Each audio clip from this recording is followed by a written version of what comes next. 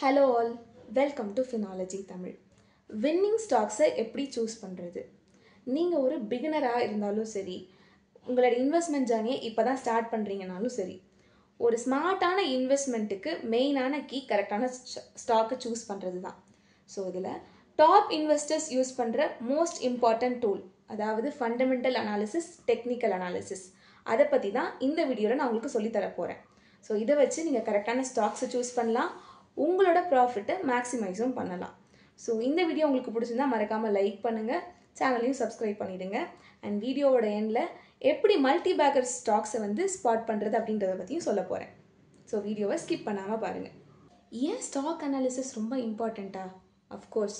So stock analysis அப்படின்றது இல்லாமல் invest பண்ணிங்கன்னா நீங்கள் கண்ணை மூடிட்டு வண்டி ஓட்டுற மாதிரி தான் இருக்கும், சரியா? ஸோ ஒரு ஸ்மார்ட்டான இன்வெஸ்ட்மெண்ட்டுக்கு கண்டிப்பாக இந்த ஸ்டாக் அனாலிசிஸ் தெரிஞ்சிருக்கணும். ஸ்டாக் அனாலிசிஸில் ரெண்டு அனாலிசிஸ் இருக்குது. ஒன்று ஃபண்டமெண்டல் அனாலிசிஸ், இன்னொன்று டெக்னிக்கல் அனாலிசிஸ். ஃபண்டமெண்டல் அனாலிசிஸில் என்னென்னலாம் நம்ம தெரிஞ்சுப்போம்னா, அந்த ஸ்டாக்கோட ட்ரூ வேல்யூ, அந்த ஸ்டாக்கை பற்றின வேல்யூஸ், அதை ஓவர் வேல்யூடா, அண்டர் வேல்யூடா அப்படின்னு சொல்லிட்டு ஃபுல் வேல்யூவை தெரிஞ்சுக்கிறது தான் ஃபண்டமெண்டல் அனாலிசிஸ்னு சொல்லுவோம். இதே டெக்னிக்கல் அனாலிசிஸ் அப்படின்னா டைம், அதாவது இந்த டைமில் என்ட்ரு ஆகணும், இந்த டைமில் எக்ஸிட் ஆகணும், இந்த டைமில் வாங்கணும், இந்த டைமில் விற்கணும் அப்படின்றது தெரிஞ்சுக்கிறது தான் டெக்னிக்கல் அனாலிசிஸ். இந்த ரெண்டுத்தையும் நம்ம கம்பைன் பண்ணி வச்சுட்டு இருந்தோம்னா நம்மளால் ரிஸ்கையும் ரெடியூஸ் பண்ண முடியும், நம்மளோட ப்ராஃபிட்டையும் மேக்ஸிமைஸ் பண்ண முடியும். ஸோ ப்ரொஃபஷ்னலாக இருக்கணும் அப்படின்னா கண்டிப்பாக இந்த ரெண்டு அனாலிசிஸும் நம்ம தெரிஞ்சாதான் ரிஸ்க்கை ரெடியூஸ் பண்ணி ப்ராஃபிட்டை மேக்ஸிமைஸ் பண்ண முடியும். ஃபண்டமெண்டல் அனாலிசிஸ்னால் என்ன? நம்ம ஒரு கம்பெனியில் இன்வெஸ்ட் பண்ணுறோம், அந்த கம்பெனி ஃபினான்ஷியலாக நல்ல க்ரோத் இருக்கா அப்படின்றத பார்க்கணும். அது மட்டும் இல்லாமல் நம்ம இன்வெஸ்ட் பண்ணுற அமௌண்ட் வர்த்தா அப்படின்றத சொல்கிறது தான் இந்த fundamental analysis. Number 1, earning and revenue growth அப்படின்றத பார்க்கணும். ஸோ இந்த கம்பெனி கன்சிஸ்டண்ட்டாக ப்ராஃபிட்டை கொடுத்துருக்கா, கன்சிஸ்டண்ட்டாக க்ரோ ஆகியிருக்கா அப்படின்றத பார்க்கணும். ஸோ நல்லா க்ரோ ஆகியிருந்தது தான் கண்டிப்பாக அந்த கம்பெனி நம்ம சூஸ் பண்ணலாம். And number 2, dept to equity ratio. இதை நம்ம ஆல்ரெடி படிச்சிருக்கோம். ஸோ டெப்ட் டு ஈக்விட்டி ரேஷியோனா என்னென்னா, அவங்களோட அசட்ஸ் எவ்வளோ, அவங்களோட லயபிலிட்டிஸ் எவ்வளோ அப்படின்னு பார்த்துட்டு, லயபிலிட்டிஸ் அப்படிங்கிறது கம்மியாக இருந்ததுன்னா நம்ம தாராளமாக இன்வெஸ்ட் பண்ணலாம். அதுதான் என்னது, லயபிலிட்டிஸ்னால் கடன், அசட்னா சொத்து. ஸோ சொத்து அதிகமாக இருக்குது, அவங்களோட ஃபினான்ஷியலாக அவங்க நல்லாவே தான் இருக்காங்க, பட் இருந்தாலும் லயபிலிட்டிஸ் கொஞ்சமாக தான் இருக்குது அப்படின்னா நம்ம அஷ்யூர்ட், கேரண்டீடாக இருக்குது. ஸோ அதனால் தாராளமாக அதில் இன்வெஸ்ட் பண்ணலாம். And number 3, price to earning ratio, அதை பிஇ ரேஷியோ அப்படின்னு நம்ம சொல்லுவோம். ஸோ இது ஒரு ஸ்டாக் அண்டர் வேல்யூடா இல்லை ஓவர் வேல்யூடா அப்படின்னு சொல்லும். ஸோ அண்டர் வேல்யூட்னா என்னது, அதோட மதிப்பை விட அதோட வேல்யூ கம்மியாக தான் கொடுத்துருக்காங்க, அதோட மதிப்பு இவ்வளோ இருக்குது ஆனால் கம்மி வேல்யூவாக தான் இப்போ இருக்குது அப்படின்னு சொல்கிறது. ஓவர் வேல்யூனா அதோட மதிப்பு இவ்வளோ தான் ஆனால் அதை விட அதிகமாக இருக்குது. இப்போ ஃபார் எக்ஸாம்பிள் ஒரு பொருளோட மதிப்பு 10 ரூபா இருக்குதுன்னு வச்சுக்கோங்களேன், அது 8 ரூபா அப்படின்னு இப்போ இருக்குது மார்க்கெட்டில் அப்படின்னா அது அண்டர் வேல்யூட் ஸ்டாக்காக இருக்குது, அதோட மதிப்பை விட அது கம்மியாக தான் இருக்குது. அதே 15 ரூபான்னு இருந்ததுன்னா ஓவர் வேல்யூடு, அதோட மதிப்பை விட அது அதிகமாக இருக்குது.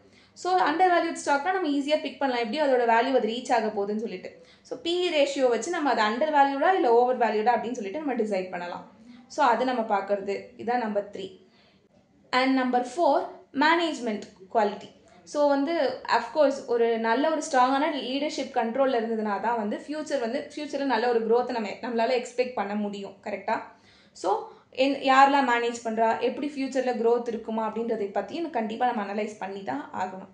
And last but not the least, 5th one, அது கம்பெனி இண்டஸ்ட்ரி ட்ரெண்டில் இருக்கா அப்படின்னு பார்க்கணும். ஸோ ட்ரெண்ட்னா நிறைய விதமான ஸ்டாக்ஸ் இருக்குது, கரெக்டாக? பூமிங் ஸ்டாக்ஸ் இருக்குது, டிக்ளைனிங் ஸ்டாக்ஸ் இருக்குது. பூமிங் இந்த சென்ஸ், டிக்ளைனிங் அப்படின்னு பார்த்தீங்கன்னா கண்டிப்பாக இது சக்ஸஸை ரீச் பண்ணும். ஃபார் எக்ஸாம்பிள் இப்போ நம்மள most of the people petrol diesel வெஹிக்கிளை விட்டுட்டு எல்லாருமே எக்கோ ஃப்ரெண்ட்லி எலக்ட்ரிக் வெஹிக்கிளுக்கு மூவ் ஆகிட்டு இருக்கோம். ஸோ அப்படி பார்க்கறதுல இந்த பெட்ரோல், ஆயில், இதெல்லாம் இப்போ டிக்ளைனிங் ஆகிட்டு இருக்க ஸ்டாக்ஸ். இதே இந்த மாதிரி எலக்ட்ரிக் வெஹிக்கிள்ஸ், இவி இதெல்லாம் பூம் ஆக போகுது. இப்போ இல்லைனாலும் கம்மிங் 10 இயர்ஸில் கண்டிப்பாக அது பூம் ஆகக்கூடிய ஒரு ஸ்டாக்ஸ் தான். ஸோ இந்த மாதிரி அது இண்டஸ்ட்ரி ட்ரெண்டில் இருக்கா, இப்போ உள்ள ட்ரெண்டில் இருக்கா அப்படின்னு பார்த்துட்டு வாங்குறது மெயின். அண்ட் இதுக்கு ஒரு பெஸ்ட் எக்ஸாம்பிள்னு பார்த்தீங்கன்னா இப்போ ரிலையன்ஸ் இதெல்லாம் எடுத்துக்கோங்களேன். ஸோ இதெல்லாம் அண்டர் வேல்யூட் ஸ்டாக்காக இருந்ததுன்னு வச்சுக்கோங்களேன், தாராளமாக நீங்கள் வாங்கலாம். பிகாஸ் அதோட வேல்யூ விட அது கம்மியாக இருக்குது. ஸோ அப்போ நீங்கள் வாங்கினீங்கன்னா நமக்கு கண்டிப்பாக of course it will reach it's value. So இந்த மாதிரி அனலைஸ் பண்ணி இது பண்ணுறது தான் வந்து ஃபண்டமெண்டல் அனாலிசிஸ் அப்படின்னு நம்ம சொல்லுவோம். டெக்னிக்கல் அனாலிசிஸ்னால் என்ன?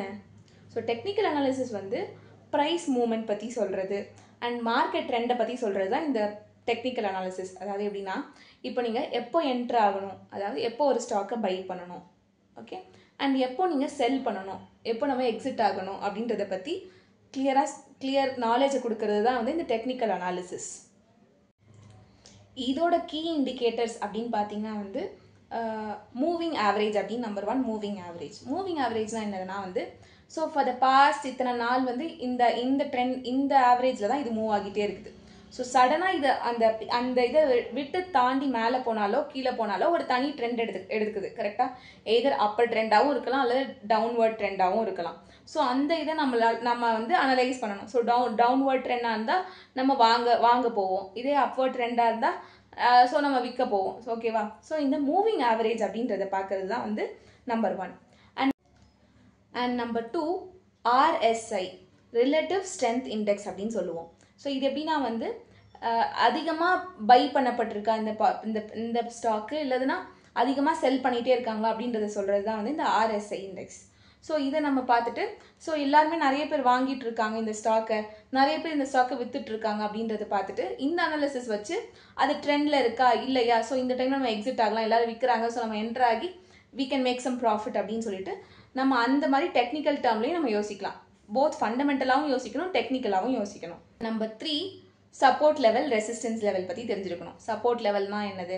ஸோ இந்த இது தாண்டி இந்த லெவல் தாண்டி இது கீழே வராது, இதை தாண்டி இது ஃபாலோ ஆகுது அப்படின்ற ஒரு லெவலை ட்ரா பண்ணுறது தான் சப்போர்ட் லெவல். இதே ரெசிஸ்டன்ஸ்னால் வந்து இவ்வளோ தூரம் தான் அது மேலே போகும், அதுக்கு மேலே போகாது. ஸோ சப்போஸ் அந்த ரெசிஸ்டன்ஸை தாண்டி போச்சுன்னா அது வந்து தனி ட்ரெண்டை ஃபார்ம் பண்ணுதுன்னு அர்த்தம். அதே மாதிரி அந்த சப்போர்ட் லெவலை உடச்சிட்டு கீழே வந்ததுன்னா அது ஒரு டவுன்ஃபால் நமக்கு கொடுக்குது அப்படின்றது ஒரு அர்த்தம். ஸோ இந்த சப்போர்ட் லெவல் ரெசிஸ்டன்ஸ் லெவல் அப்படின்றது தெரிஞ்சுக்கிறது தான் வந்து thirdly இம்பார்ட்டண்ட் இண்டிகேட்டர் அப்படின்னு நம்ம சொல்லலாம். அண்ட் ஃபைனலி 4th இந்த மார்க்கெட்டில் இருக்க இந்த கேண்டில் ஸ்டிக்கை அனலைஸ் பண்ணுறது. மார்க்கெட் வந்து எப்படி இருக்குது, எந்த ட்ரெண்டில் இருக்குது, ஃபுல்லாகவே ரெட் கேண்டில்ஸாக இருக்கா, க்ரீன் கேண்டில்ஸாக இருக்கா அப்படின்றத பற்றி அனலைஸ் பண்ணி மார்க்கெட் சென்டிமெண்ட்டை கன்வே பண்ணுறது தான் வந்து இந்த கேண்டில்ஸ். இதுதான் வந்து 4th. ஸோ இந்த 4 பேசிக்ஸ் டேர்ம்ஸோட நாலேஜ் நமக்கு இருந்தாலே டெக்னிக்கலாக ஸ்ட்ராங்காக இருக்கும், டெக்னிக்கல் அனாலிசிஸில் ஸ்ட்ராங்காக இருக்கும் அப்படின்னு அர்த்தம். ஸோ ஃபார் எக்ஸாம்பிள் இப்போ டாடா ஸ்டீல் எடுத்துக்கோங்களேன். அது இப்போ வந்து அதோட ரெசிஸ்டன்ஸ் லெவலை பிரேக் பண்ணி இப்போ மேலே போகுதுன்னு வச்சுக்கோங்களேன். ஸோ அது வந்து நம்ம என்ன இண்டிகேட் பண்ணுது, ரெசிஸ்டன்ஸ் லெவலை உடச்சிட்டு மேலே போகுது. ஸோ நம்ம கண்டிப்பாக பை பண்ணோம்னா இன்னும் அது பீக்குக்கு போகும் அப்படின்னு ஒரு அனாலிசிஸ் நமக்கு தெரிஞ்சிருக்கும். ஸோ ரெசிஸ்டன்ஸ் லெவலை முடிச்சு மேலே போகுது, ஸோ அப்போது ஒரு நியூ ட்ரெண்ட் அது எடுக்க போகுது கரெக்டாக. ஸோ இந்த மாதிரி டெக்னிக்கல் அனாலிசிஸ் தெரிஞ்சதுன்னா நம்மளால் டெக்னிக்கலி அந்த ஸ்டாக்கை வந்து அப்ரோச் பண்ணி எப்போ என்ட்ரு ஆகி எப்போ எக்ஸிட் ஆகணும் அப்படின்றது நாலேஜை கொடுக்கறது தான் இந்த டெக்னிக்கல் அனாலிசிஸ். ஒரு ஸ்மார்ட் இன்வெஸ்டராக நீங்கள் வந்து ரெண்டுத்தையும் கம்பைன் பண்ணி தான் பண்ணணும். அதாவது ஃபண்டமெண்டல் அனாலிசிஸ், டெக்னிக்கல் அனாலிசிஸ் ரெண்டுத்தையுமே கம்பைன் பண்ணி பண்ணிங்கன்னா தான் உங்களால் ஒரு நல்ல ஒரு பெட்டர் ஸ்டாக்ஸை சூஸ் பண்ண முடியும். ஃபார் எக்ஸாம்பிள் இப்போ நீங்கள் ஃபண்டமெண்டல் அனாலிசிஸ் வச்சு நிறைய ஸ்டாக்ஸை நீங்கள் அனலைஸ் பண்ணி ஷார்ட் லிஸ்ட் பண்ணி இதெல்லாம் நல்லா பெஸ்ட் ஸ்டாக் அப்படின்னு வச்சுக்கலாம். ஃபண்டமெண்டல் வச்சு முதல்ல ஷார்ட் லிஸ்ட் பண்ணி நல்ல ஒரு ஸ்டாக்ஸை எடுத்து வச்சுக்கலாம். அண்ட் தென் அதுக்கப்புறமா டெக்னிக்கல் அனாலிசிஸ் வச்சு நீங்கள் எப்போ என்ட்ரு ஆகுது மார்க்கெட்டில், அப்புறம் எப்போ பை பண்ணுறது, எப்போ செல் பண்ணுறது, எப்போ மார்க்கெட் விட்டு எக்ஸிட் ஆகுறது அப்படின்றத வச்சு டெக்னிக்கல் அனாலிசிஸ் வச்சு நம்ம பெர்ஃபார்ம் பண்ணலாம். ஸோ இது ரெண்டுத்தையும் நம்ம கரெக்டாக பெர்ஃபார்ம் பண்ணிட்டோம்னா நம்மளோட ரிஸ்க்கும் ரெடியூஸ் ஆகும் அண்ட் நம்மளோட ப்ராஃபிட்டும் மேக்ஸிமைஸ் ஆகும். நான் எப்போவுமே சொல்கிறது தான், உங்களோட போர்ட்ஃபோலியோவை எப்போவுமே டைவர்சிஃபைடாக வச்சுக்கோங்க. அதுதான் நம்மளோட ரிஸ்க்கை வந்து ரெடியூஸ் பண்ணும். And here the final part, most awaited part, multibagger ஸ்டாக்ஸை எப்படி சூஸ் பண்ணுறது. மல்டி பேக்கர் ஸ்டாக்ஸ்னால் என்னது? ஸோ ரொம்ப ஷார்ட் டேர்மில் நமக்கு நிறைய ஹை ப்ராஃபிட்டை கொடுக்கறது தான் multi Baker stocks. So number 1 நீங்கள் எப்படி சூஸ் பண்ணணும்னா வந்து ஸ்டாக்ஸில் டெப்ட் வந்து கம்மியாக இருக்கணும், ரெவன்யூ க்ரோத் அதிகமாக இருக்க ஸ்டாக்காக நீங்கள் பார்க்கணும். இது ஃபண்டமெண்டல் அனாலிசிஸில் வரும். ஸோ அப்படி பார்த்தீங்கன்னா டெப்ட் வந்து அவங்களோட கடன் வந்து கம்மியாக இருக்கணும் அண்ட் அவங்களோட ரெவன்யூ க்ரோத் வந்து அதிகமாக இருக்கணும். அண்ட் நீங்கள் சூஸ் பண்ணுற கம்பெனி வந்து மார்க்கெட்டில் லீடிங்கில் இருக்கான்னு பார்த்துக்கோங்க, லீடர்ஷிப்பில். ஃபார் எக்ஸாம்பிள் ட்ரெண்டிங் டாப்பிக்கில் இருக்கா, மார்க்கெட் ட்ரெண்டுக்கு ஏற்றபடி இருக்கா அந்த கம்பெனின்னு பார்த்துக்கோங்க. அண்ட் thirdly அதை எப்படி மேனேஜ் பண்ணுறது, மேனேஜ்மெண்ட்லாம் எப்படி இருக்குது, அவங்க எப்படி பெர்ஃபார்ம் பண்ணுறாங்க, அண்ட் ஃப்யூச்சர் க்ரோத்துக்கு எந்த மாதிரியான பிளான்ஸ்லாம் வச்சுருக்காங்க, எப்படியெல்லாம் எக்ஸிக்யூட் பண்ணுறாங்க அப்படின்றதையும் நம்ம பார்த்துக்கணும். அண்ட் ஃபைனலி தட் இப்போ நீங்கள் அந்த பிரேக் அவுட் அப்படின்னு ஒரு இருக்குது, ஓகேவா? ஸோ பிரேக் அவுட் இந்த சென்ஸ் இந்த சப்போர்ட்டிங் லெவல், ரெசிஸ்டன்ஸ் லெவல்லாம் விட்டு பிரேக் அவுட் ஆகி போகிறது இந்த பிரேக் அவுட்னு சொல்லுவோம். ஸோ நீங்கள் இந்த டெக்னிக்கலி பிரேக் அவுட் டைமில் நல்லா அதிகமான வால்யூமில் நல்லா வாங்கிக்கலாம் அந்த மாதிரி ஸ்டாக்ஸ்லாம். இந்த இதெல்லாம் சாட்டிஸ்ஃபை ஆனதுக்கப்புறமா பிரேக் அவுட்டை நீங்கள் பார்த்துக்கணும். ஸோ பிரேக் அவுட் ஆகிற டைமில் நம்ம நிறைய குவான்டிட்டி, நிறைய வால்யூமில் நம்ம வாங்கிக்கிட்டோன்னா ஸோ மல்டி பேக்கெட் ஸ்டாக்ஸில் நம்ம கண்டிப்பாக வந்து நமக்கு வந்து we can make more profit. Hope இந்த வீடியோ உங்களுக்கு யூஸ்ஃபுல்லாக இருக்கும்னு நினைக்கிறேன். ஸோ இந்த வீடியோ உங்களுக்கு பிடிச்சிருந்தா மறக்காமல் லைக் பண்ணுங்கள் அண்ட் சேனலையும் சப்ஸ்கிரைப் பண்ணிவிடுங்க. அண்ட் உங்களுக்கு இதில் ஏதாவது டவுட்ஸ் இருந்தால் மறக்காமல் கமெண்ட் செக்ஷன்லையும் சொல்லிவிடுங்க. And for more finance related content சேனலில் இருக்க பிளேலிஸ்ட்டை மறக்காமல் செக் பண்ணிவிடுங்க. Invest smart and let's grow together.